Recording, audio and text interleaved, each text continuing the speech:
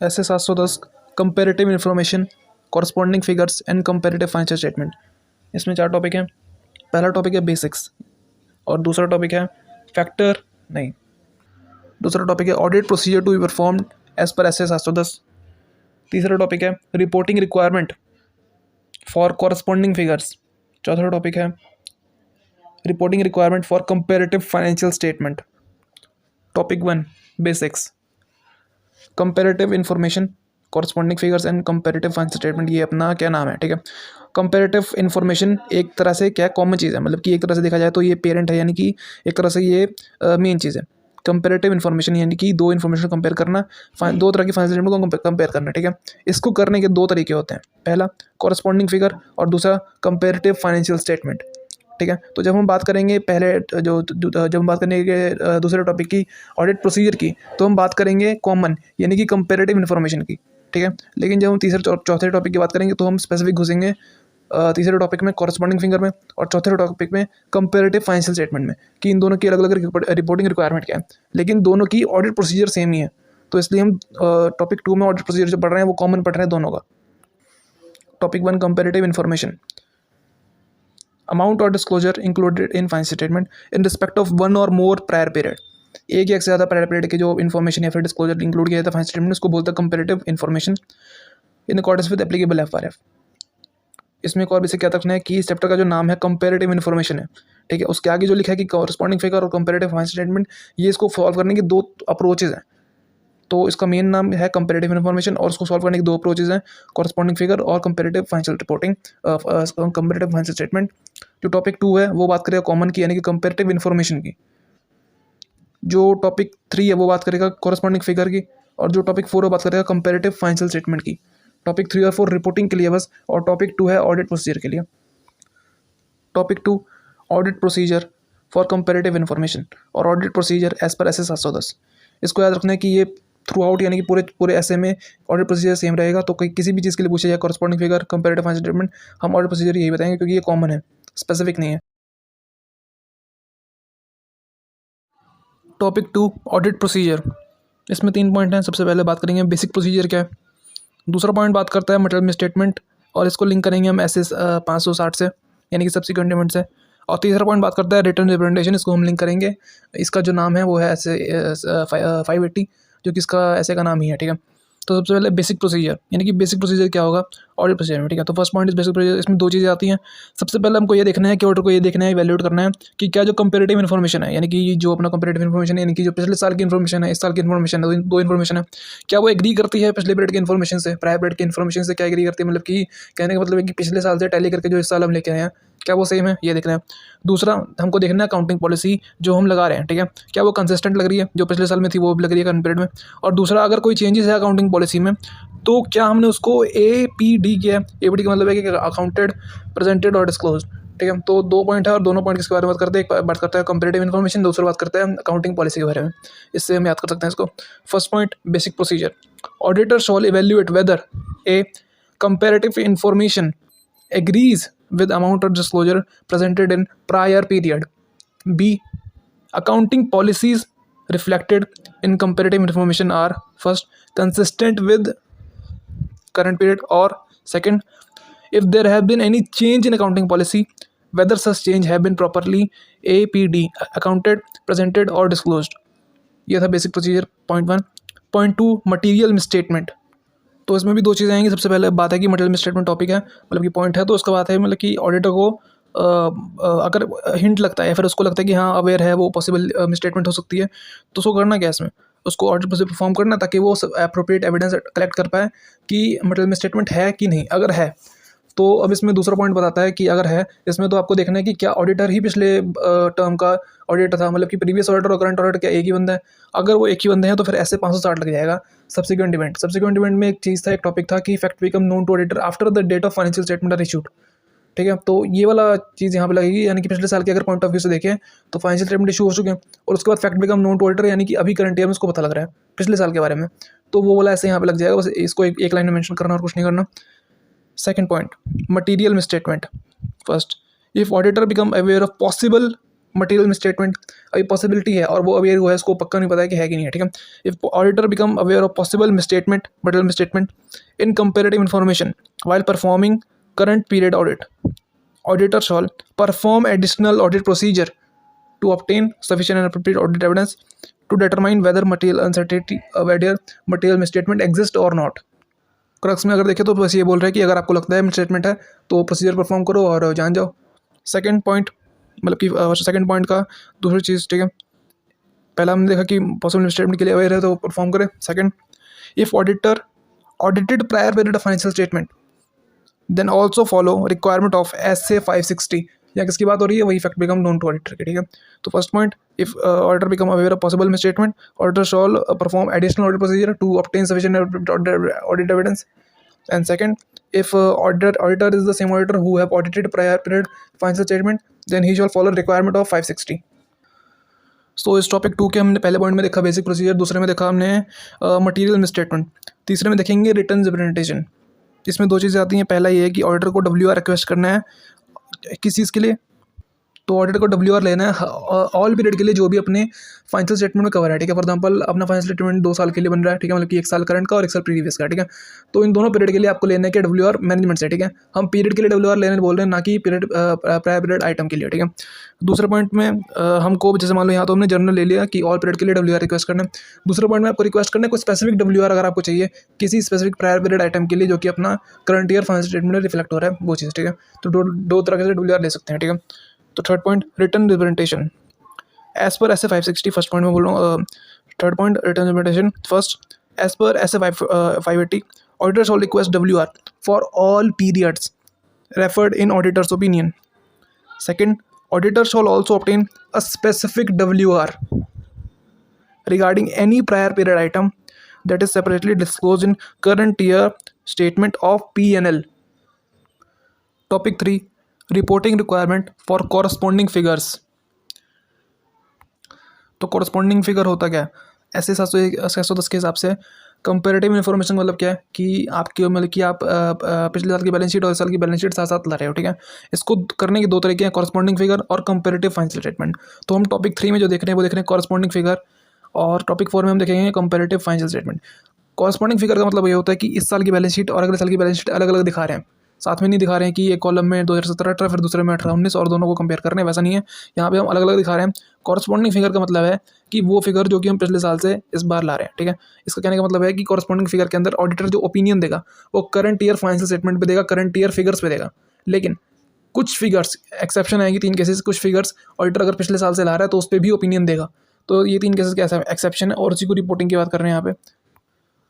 Topic 3, reporting requirement as for corresponding figures. When corresponding figure are presented, auditor opinion shall not refer to corresponding figure except in the following circumstances। ठीक है, तो corresponding figure को क्या बोलते हैं, वो corresponding figure वो चीज़ होती है जो पिछले साल से हम उठा के ला रहे हैं, लेकिन उसमें हमको ओपिनियन नहीं देना इस टॉपिक में। लेकिन एक्सेप्ट यानी कि इन 3 केसेस में हमको इस ऑडिटर को ओपिनियन देना पड़ेगा कॉरस्पॉन्डिंग फिगर्स पे भी। तो इसमें 3 के साथ है जहाँ पे ऑडिटर को ओपिनियन देना पड़ेगा। नॉर्मली याद रखना है MCQ में आएगा तो ऑडिटर कभी भी कॉरस्पॉन्डिंग फिगर पर ओपिनियन नहीं देगा क्योंकि वो पिछले साल के फिगर होते हैं। लेकिन accept in the following circumstances, in circumstances में उसको ओपिनियन देना पड़ेगा। 3 केसेस हैं। केस 1 बात करता है कि जब ऑडिट पिछले साल का जो फाइनेंशियल स्टेटमेंट है उसको ऑडिट किया गया, उसको ऑडिट करने के बाद ऑडिटर ने मॉडिफाइड ओपिनियन दिया, और जो मॉडिफाइड ओपिनियन है वो अभी भी मतलब कि जिस मैटर के लिए मॉडिफाइड था वो अभी भी सॉल्व नहीं हुआ है, तो ऑडिटर ओपिनियन देगा। केस 1, इसके अंदर 2 केस आते हैं, इसके अंदर 2 ऑप्शन आते हैं, ठीक है। उसके बाद केस 2, जब पिछले साल का फाइनेंशियल स्टेटमेंट था उसको ऑडिट किया गया, ऑडिट करने के बाद ऑडिटर ने अनमॉडिफाइड ओपिनियन दिया। केस 1 में मॉडिफाइड दिया था, केस 2 में अनमॉडिफाइड ओपिनियन दिया, लेकिन स्टिल इस बार ऑडिटर ने मटेरियल मिसस्टेटमेंट फाउंड करी है उसमें, तो ये हो गया केस 2। केस 3, पिछले साल का फाइनेंशियल स्टेटमेंट ऑडिट ही नहीं हुआ था, ये है केस 3। इन 3 केसेस में ऑडिटर को ओपिनियन देना पड़ेगा कॉरस्पॉन्डिंग फिगर पे भी, ठीक है। तो केस 1 बात करता है कि अब केस 1 एक एक करके केस पढ़ते हैं। केस 1 बात करता है कि पिछले साल का फाइनेंशियल स्टेटमेंट हमने ऑडिट किया था, ऑडिटर ने मॉडिफाइड ओपिनियन दिया था, और जिस मैटर पे मॉडिफाइड ओपिनियन दिया था वो मैटर अभी तक सॉल्व नहीं हुआ है। तो केस 1 में है कि ऑडिटर ने पिछले साल मॉडिफाइड ओपिनियन दिया था और मैटर अभी भी अनसॉल्व्ड है, और इसके लिए ऑडिटर इस साल भी मॉडिफाई कर रहा है अपना ओपिनियन, ठीक है। इसलिए ऑडिटर क्या कर रहा है, ओपिनियन दे रहा है इस पर भी, ठीक है। लेकिन याद रखना है कि केस 1 में अंदर 2 ऑप्शन है, यानी कि जब आप बेसिस फॉर ओपिनियन सेक्शन में आओगे तो आपको ओपिनियन का बेस देना पड़ेगा कि किस बेस पे आपने ओपिनियन दिया। तो बेसिस फॉर मॉडिफाइड ओपिनियन के पैरा में ऑडिटर के पास 2 ऑप्शन होते हैं, कि मतलब कि किस तरह वो बोलेगा कि क्यों उसने मॉडिफाई किया ओपिनियन। ऑप्शन वन होगा कि वो बोल देगा कि जो जो पिछले साल का जो मैटर था, जो कि जिसकी वजह से मैटर मॉडिफाई हुआ, मतलब कि ऑडिट रिपोर्ट मॉडिफाइड हुई थी पिछले साल, वो मैटर इतना इंपॉर्टेंट है, इतना मटीरियल है, जिसके कारण इस बार भी ऑडिटर को अपना ओपिनियन मॉडिफाई करना पड़ रहा है। और ऑप्शन बी हो सकता है, ये दोनों और में चलते हैं, या तो एक ऑप्शन होगा इन दोनों में से। तो ऑप्शन ये होता है कि आप बोल दो कि मटीरियल है पिछले साल का मैटर, इसलिए हम इस साल भी मॉडिफाई कर रहे हैं ओपिनियन अपना।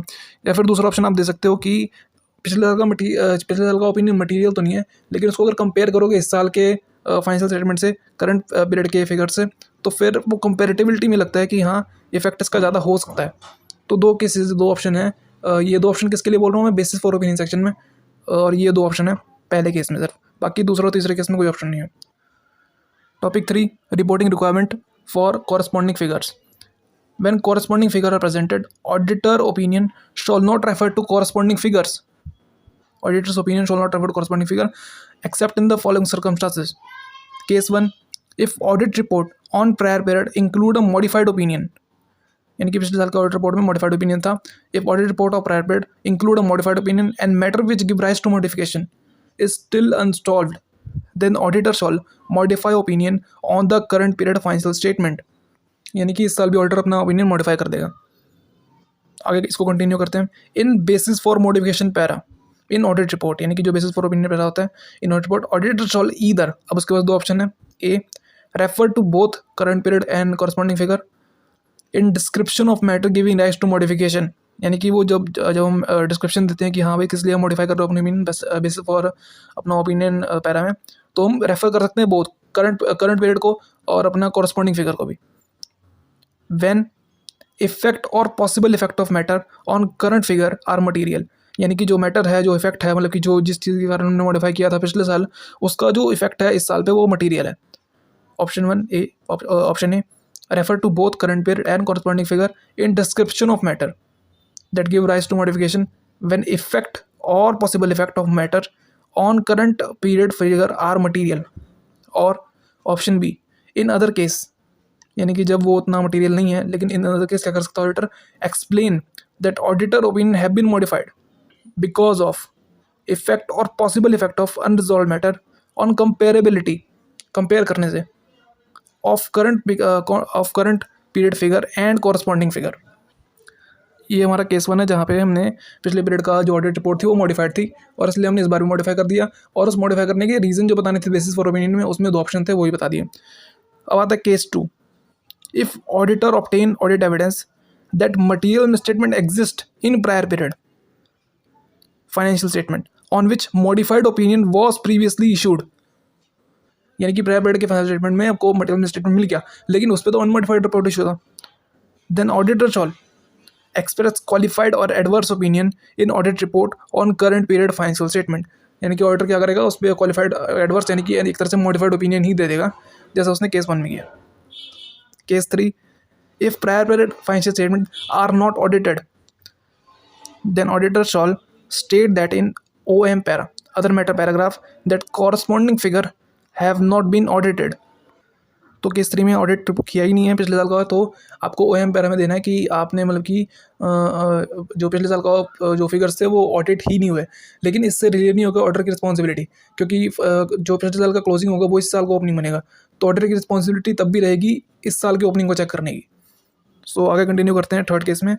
सच स्टेटमेंट, यानी कि जो स्टेटमेंट हमने OM पैरा में लगाया कि हाँ पिछले साल का वो अपना ऑडिट नहीं था prior period financial statement, such statement does not relieve topic for comparative financial statement.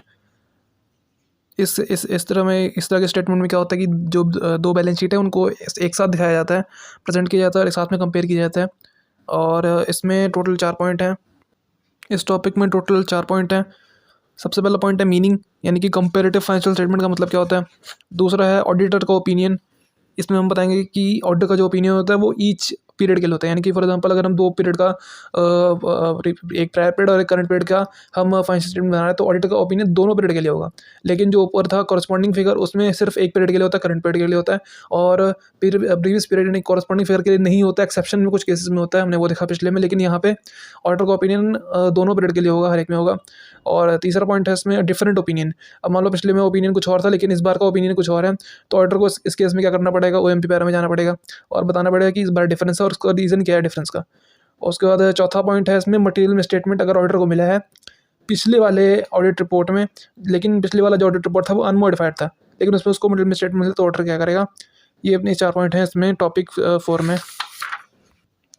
Point 1 meaning comparative information. Comparative information where amount and other disclosure of prior period, यानी कि पिछले साल का प्रायर पीरियड का amount और disclosure are included for comparison with financial statement of current period. These are called comparative financial statement. Second point auditor's opinion. Auditor's opinion to refer each period. When comparative financial statements are presented, auditor opinion shall refer to each period for which financial statements are presented and on which an audit opinion is expressed. Point 3 different opinion on comparative financial statement. When reporting on prior period financial statement in connection with current period audit, if auditor's opinion differ from opinion auditor previously expressed, यानी कि जो पिछले साल का opinion था और जो इस साल का ओपिनियन है वो डिफरेंस है, auditor shall disclose substantive reason for difference in opinion in OMP para as per SA 706। Fourth point if material misstatement found in prior period financial statement in which auditor has earlier unmodified opinion, यानी कि जो पिछले साल का financial statement था उस पर auditor ने अनमोडिफाइड ओपिनियन दिया है कि सब ठीक था उसमें, लेकिन उसमें उसको इस साल मिसस्टेटमेंट मिली है। अब ऐसा भी हो सकता है कि पिछले साल की जो अपना फाइनेंशियल स्टेटमेंट हो किसी और ऑडिटर ने कर रखा हो, लेकिन केस सेम रहेगा कि उसको इस साल मिसस्टेटमेंट मिली और पिछली बार अनमोडिफाइड ओपिनियन दिया था। Fourth point misstatement found in prior period financial statement where auditor had issued earlier issued unmodified opinion. First इसमें 2 पॉइंट आएंगे। सबसे पहले पॉइंट में बोलेंगे कि अगर ऑडिटर को ऐसा कुछ मिल रहा है, मिसस्टेटमेंट मिल रही है, तो ऑडिटर को ये बात कम्युनिकेट करनी पड़ेगी मैनेजमेंट TCWG को, ताकि वो रिक्वेस्ट करें प्रेडेसर ऑडिटर यानी कि जो पिछला ऑडिटर है उसको रिक्वेस्ट करें और उसको बताएं कि हाँ ये चीज़ हुई है, जो तुमने पिछली बार का ओपिनियन दिया था उसमें कुछ गलती मिली है। और दूसरा पॉइंट बोलता है कि अगर जो प्रीवियस ऑडिटर था, प्रेडेसर ऑडिटर था, उसको लगता है कि हाँ गलती थी और अगर वो अपना ऑडिट रिपोर्ट अमेंड करता है, तो उसने तो अपना ऑडिट रिपोर्ट अमेंड कर दिया, तो इस बार ऑडिटर को सिर्फ करंट पीरियड के लिए ही ओपिनियन देना है, पिछले प्रायर पीरियड के लिए नहीं देना। जबकि रिक्वायरमेंट होती है अपनी कंपेरेटिव फाइनेंशियल स्टेटमेंट की कि अपना जो ओपिनियन होना चाहिए दोनों के लिए होना चाहिए, लेकिन इस केस में एक्सेप्शन है कि उसको बस करंट पीरियड के लिए देना है अगर अपना प्रीवियस ऑडिटर अपना ऑडिट रिपोर्ट अमेंड कर रहा है पिछले साल के लिए। Point 4 material misstatement found in prior period financial statement. If auditor concludes that material misstatement exist that affect prior period financial statement on which predecessor auditor has previously reported without modification, यानी कि unmodified अपना opinion दिया पिछली बार, auditor shall communicate to management and TCWG and request that predecessor auditor to be informed, यानी कि उनको communicate करेगा कि भाई जो प्रीवियस ऑडिटर है उसको इन्फॉर्म करो।